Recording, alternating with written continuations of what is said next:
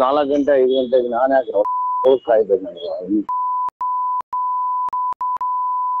ನಮ್ಗೆ ಏನ್ ಮ್ಯಾಟ್ರ್ ಬೇಕು ನಮ್ಗೆ ಸಾಲ್ವ್ ಮಾಡಕ್ಕೆ ಡಿ ಸಿ ಕೈಲೇ ಸಾಲ್ವ್ ಮಾಡಕ್ ಆಗಿಲ್ಲ ಅವಳು ಸಾಲ್ವ್ ಮಾಡಕ್ ನಂಗೆ ಬೇರೆ ಹುಡುಗ ಚುಚ್ಚುಸಣ ಅಂದ್ರೆ ಏವನ್ ಆಗ್ಬಿಡ್ತೀನಿ ಸೈಕಲ್ ಹುಡುಗ ಹೊಡ್ಸಾಕೋಣ ಅಂದ್ರೆ ಅದಕ್ಕೂ ಏವನ್ ಆಗ್ಬಿಡ್ತೀನಿ ಅದಕ್ಕೆ ಸುಂದಿದ್ದೀನಿ ಅಂದ್ರೆ ಮನೆಗೆ ನಿಗಿಸ್ಬಿಡ್ತಿದ್ದೆ ಸರಿಯಾಗವ್ರೆ ನನ್ಗೆ ಸಾಲು ಇಲ್ಬೇಡ ಯಾಕೆ ಮಾಡಿದ್ರೆ ಏನಕ್ಕೆ ಮಾಡಿದೆ ಇದೇ ಬೇಕಾಗಿದೆ.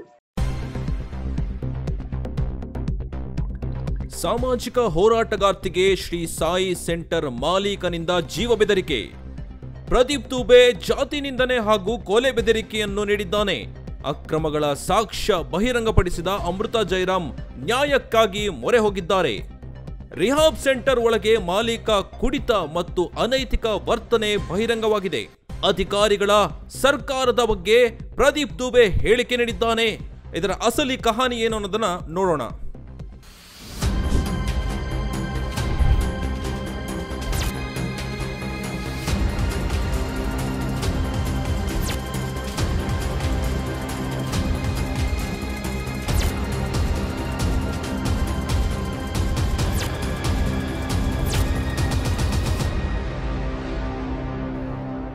ನ್ಯಾಯಕ್ಕಾಗಿ ಹೋರಾಡಿದ ಧ್ವನಿ ಇಂದು ಸಾವಿನ ಭಯದಲ್ಲಿ.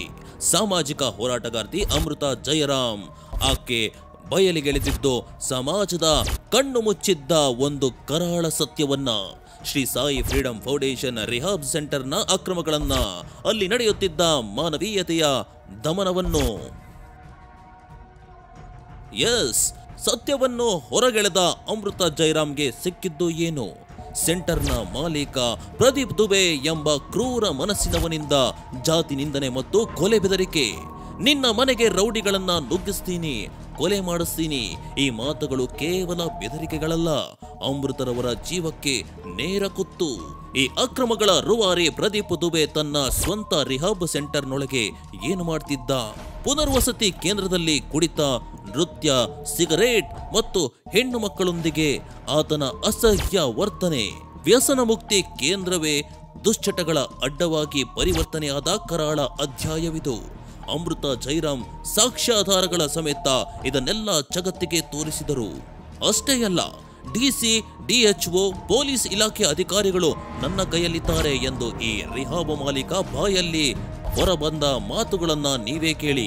4 ಗಂಟೆ 5 ಗಂಟೆಗೆ ನಾನು ಯಾಕೆ ಕಾಯ್ಬೇಕು ನಮ್ಗೆ ಏನ್ ಮ್ಯಾಟ್ರ್ ಬೇಕು ನಮ್ಗೆ ಸಾಲ್ವ್ ಮಾಡಕ್ಕೆ ಡಿ ಸಿ ಕೈಲೇ ಸಾಲ್ವ್ ಮಾಡಕ್ ಆಗಿಲ್ಲ ಅವಳು ಸಾಲ್ವ್ ಮಾಡಕ್ ನಂಗೆ ಬೇರೆ ಹುಡುಗ ಚುಚ್ಚುಸಣ ಅಂದ್ರೆ ಏವನ್ ಆಗ್ಬಿಡ್ತೀನಿ ಸೈಕಲ್ ಹುಡುಗ ಹೊಡ್ಸಾಕೋಣ ಅಂದ್ರೆ ಅದಕ್ಕೂ ಏವನ್ ಆಗ್ಬಿಡ್ತೀನಿ ಅದಕ್ಕೆ ಸುಂದಿದ್ದೀನಿ ಅಂದ್ರೆ ಮನೆಗೆ ನಿಗಿಸ್ಬಿಡ್ತಿದ್ದೆ ಸರಿಯಾಗವ್ರೆ ನನ್ಗೆ ಸಾಲು ಇಲ್ಬೇಡ ಯಾಕೆ ಮಾಡಿದ್ರೆ ಏನಕ್ಕೆ ಮಾಡಿದೆ ಇದೇ ಬೇಕಾಗಿದೆ. ಬಂದು ಫಸ್ಟ್ ಹತ್ರ ಮಾತಾಡ್ಬೇಕು ತಾನೆ, ಏನಕ್ಕೆ ಮಾಡಿದೆ? ಹೈಕೋರ್ಟ್ ಇದೆ, ಹೈಕೋರ್ಟ್ಗೆ 5 ಲಕ್ಷ ಕೊಟ್ಟಿದ್ದೀನಿ, 5 ಲಕ್ಷ ಕೊಟ್ಟು ಸಿಲುಕು ಮಾಡಿಸ್ತೀನಿ. ಇವಳು ಜಾತಿನ ನನ್ ಕಣ್ಣಲ್ಲಿ ನೀರು ಬಡಿಸ್ಬಿಟ್ಟು ಅವಳೆ ರೋಡ್ ದಿನ ನನ್ನನ್ನು ಬರ್ತಕ್ಕೆ ಕೊಟ್ಟಿಲ್ಲ, ನನಗೆ ನನ್ನ ಹೆಸರೇ ಫೇಮೇ ಹಾಳು ಮಾಡ್ಬಿಟ್ಲು, ಇವಳಿಗೋಗಿ ಕಾಲಿಡಿಬೇಕಾ? ಸಮಾಜಕ್ಕೆ ಬೆಳಕು ನೀಡಬೇಕಿದ್ದ ವ್ಯವಸ್ಥೆಗಳು ಈ ಕರಾಳ ನೆರಳ ಹಿಂದೆ ನಿಂತಿವೆ. ಯಾರ ಪ್ರೋತ್ಸಾಹದಿಂದ ಈತ ನ್ಯಾಯದ ಹಾದಿಗೆ ಅಡ್ಡಗಾಲಾಗಿದ್ದಾನೋ ಗೊತ್ತಿಲ್ಲ.